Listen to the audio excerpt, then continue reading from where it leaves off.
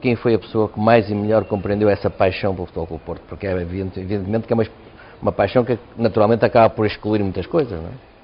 A pessoa que mais era contra o futebol, e que depois melhor compreendeu que esse era de facto aquilo que eu gostava e era, como ela disse, era o meu destino, talvez tenha sido a minha mãe. A minha mãe era contra o futebol, quando eu desde 18 anos tinha aqueles rebuçados que eram horríveis, vitórias que traziam os jogadores, eu colecionava aquilo, tinha as revistas todas de futebol, era o Stadium, uma revista que era na altura melhor, e lia tudo nos jornais, e ela era contra, porque dizia que quem só pensava em futebol depois não estudava, e que estudava menos e que se preocupava mais com o futebol. Mas quando eu realmente cheguei, entrei há 50 anos no futebol, ela disse, pronto, olha, eu já vi que é o teu destino, o que tu gostas, mas não descuides a tua vida por causa do futebol, que há muita gente que dá cabo da vida por causa do futebol, mas depois ela que era contra, e eu recordo-me que ao sábado ia sempre à casa dela, de manhã, dar um beijo, e ela, para minha surpresa, disse-me, então amanhã é muito difícil. E eu disse, é sempre difícil, não, mas amanhã é campo pelado, é mais difícil, nós íamos jogar a Penafiel. E eu disse, a mãe sabe que amanhã o campo é pelado. Eu vi na Bola Branca. E então ela às 7h15 da manhã, quando acordava, a primeira coisa que fazia era ligar o rádio, ouvia sempre a Rádio Renascença, passa a publicidade, e então às 7h15, creio que era essa hora, e eu ligava para ouvir a Bola Branca, para saber notícias do Porto e onde é que eu estava. Dizia, às vezes é mais pela rádio que sei onde tu estás e tal. Portanto, ela com esse volte-face de apoiar e de se interessar, deu-me, digamos, que me soltou para poder publicamente dedicar ao Futebol Clube do Porto. Na passada terça-feira fez 30 anos sobre a sua eleição. Tomado posse será na próxima, mas sobre a sua eleição. E nós aqui no JN resolvemos publicar uma fotografia que achámos muito engraçada. É uma fotografia da época, junto com uma outra da atual, em que o senhor aparece com 2 telefones. E a pergunta que lhe tenho para fazer é se os telefones da época eram muito diferentes dos telefones que ficaram famosos com as famosas escutas do apito dourado. Não, eu lembro. Porque está com 2? Eu lembro-me dessa fotografia e lembro-me de que estava a falar com os 2. Já agora pode dizer com quem? Era com um empresário, eu estava a falar com um empresário e estava a falar com o nosso tesoureiro. Ao mesmo tempo. Estava a fazer um negócio. Estava a fazer um negócio. E, portanto, ele falava e eu falava para o outro, depois falava, e depois então acabou por se fazer.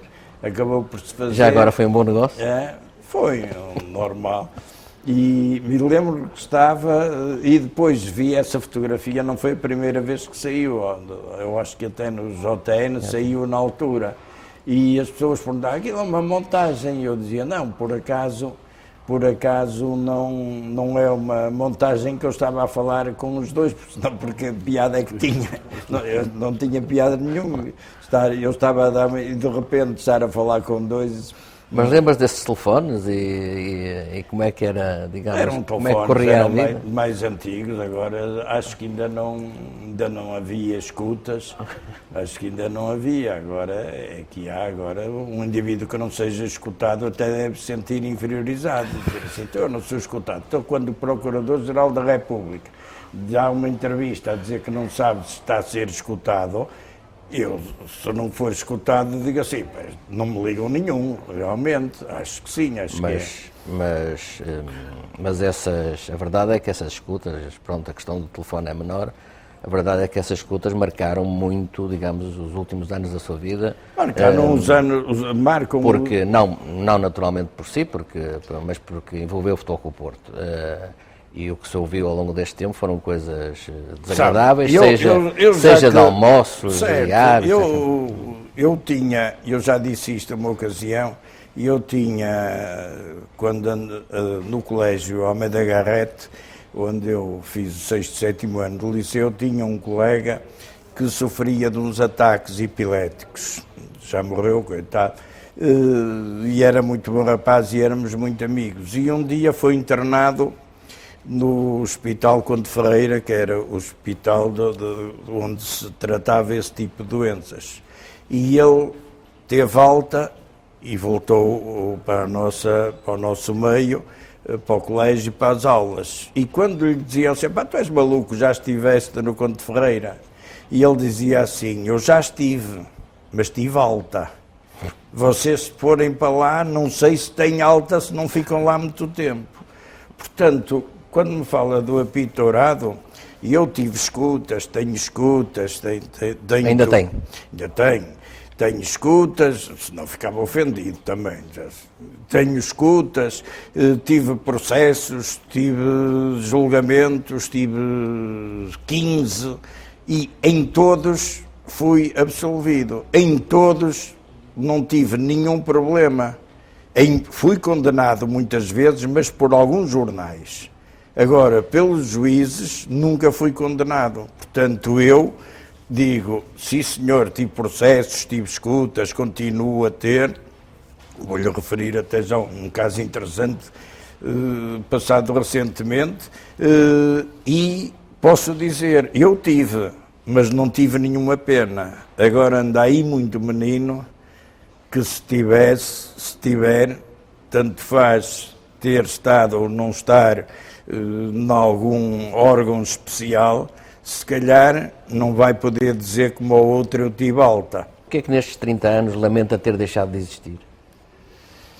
O que eu lamento deixar, se me perguntasse, nestas últimas 30 horas, era fácil dizer que fiquei realmente indignado com o que se passou no bairro da Fontinha, que deixou de existir uma associação que, sem qualquer subsídio, tratava da cultura e do entretenimento de uma fatia do povo portuense.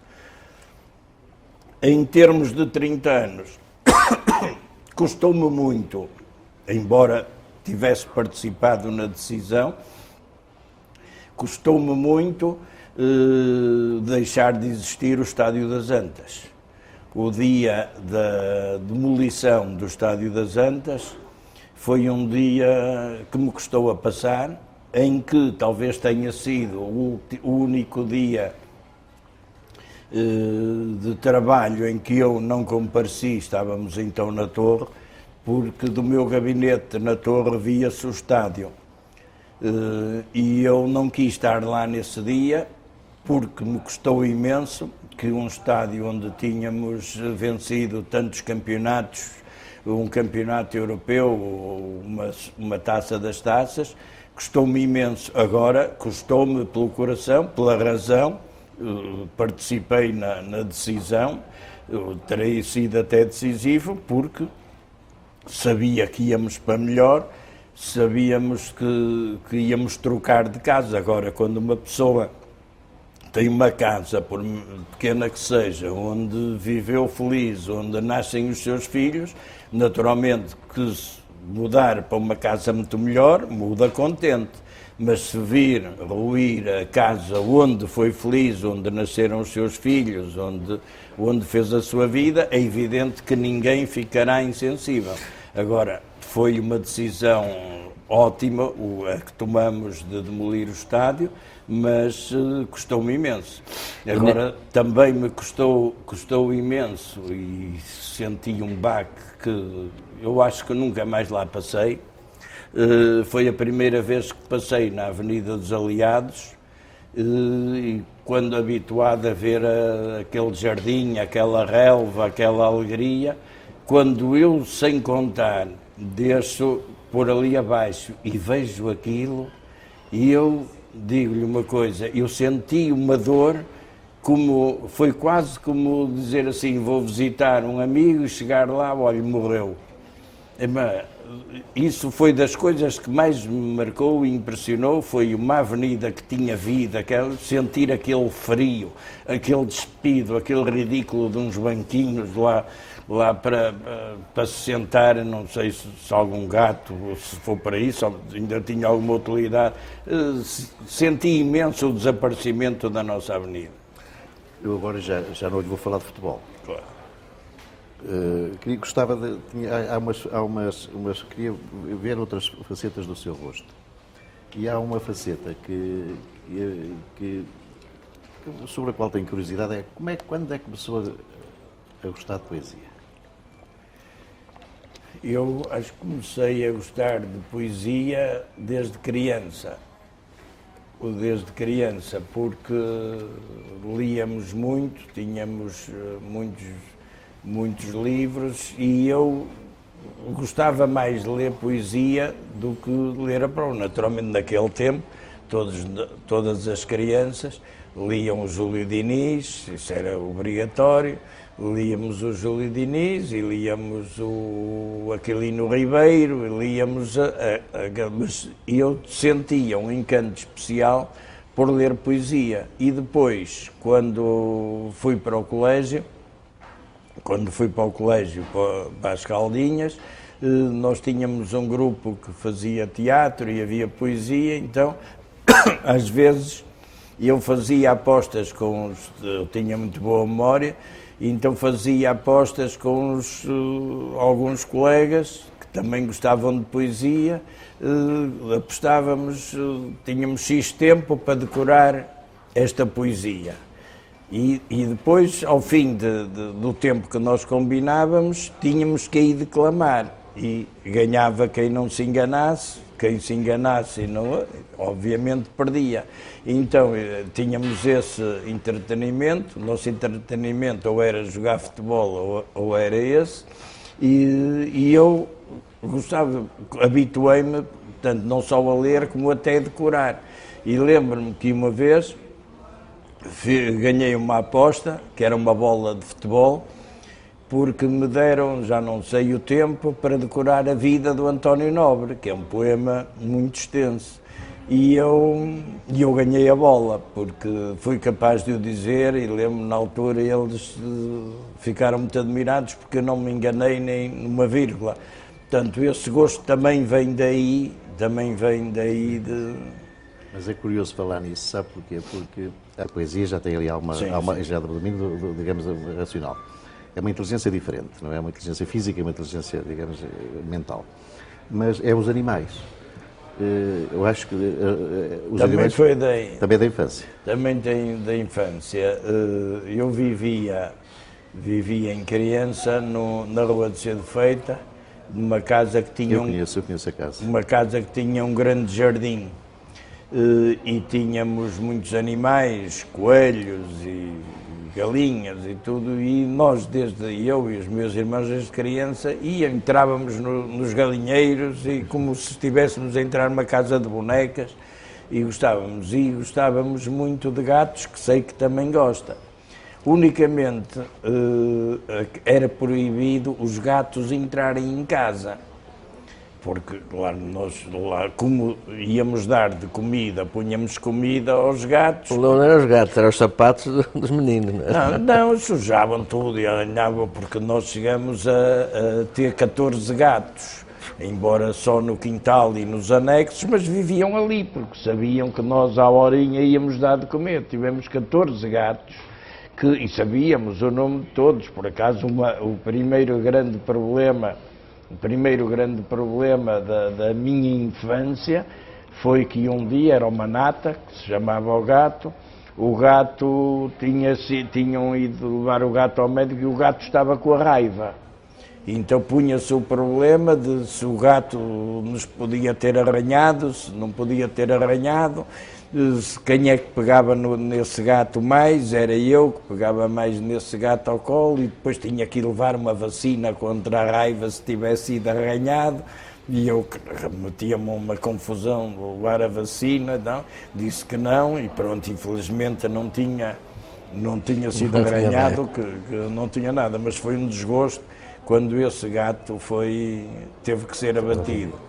É que a relação com os animais também é uma relação de inocência. Eu vejo nessa relação futebol, poesia, animais, que é uma outra, digamos, não vejo outro rosto, vejo o mesmo rosto de forma diferente.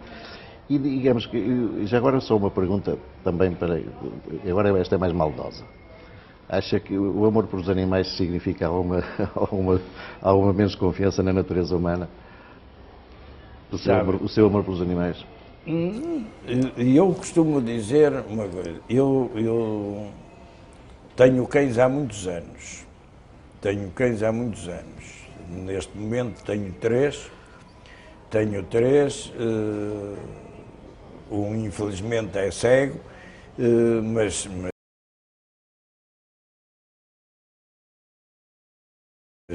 fora isso está de boa saúde.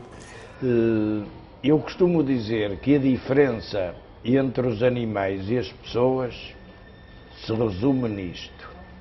Eu, o meu amigo Manel Tavares, qualquer pessoa chega à casa, seja homem, seja mulher, quando mete a chave à porta, não sabe se o homem ou a mulher, ou o filho ou a filha, ou o pai ou a mãe, está bem disposto, se está mal disposto porque a mulher estragou o jantar, ou porque teve um aborrecimento com o vizinho, porque está mal disposto porque o marido vem tarde, ou porque a mulher não tem as coisas em ordem. Você nunca sabe, quando mete a chave à porta e abre a porta, o que é que encontra do outro lado.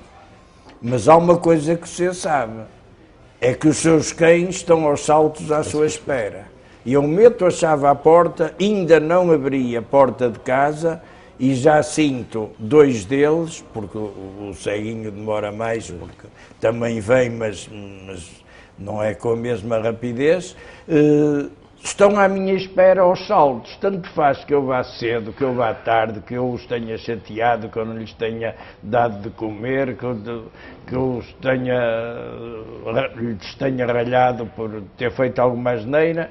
Quando nós voltamos, os nossos animais estão à nossa espera. E eu acho que isto nos obriga a ter uma afetividade grande com os animais. E eu, perante os animais, vou confessar, a minha mulher e a minha filha, sobretudo, dizem que eu não os educo. Os meus cães não são muito bem educados. Não são, porque eu acho que a maior parte das pessoas não gosta dos animais. A maior parte das pessoas gostam é que os animais gostem dela. Porque não é raro que a gente ouve dizer assim: o meu cão é fantástico, anda sempre atrás de mim.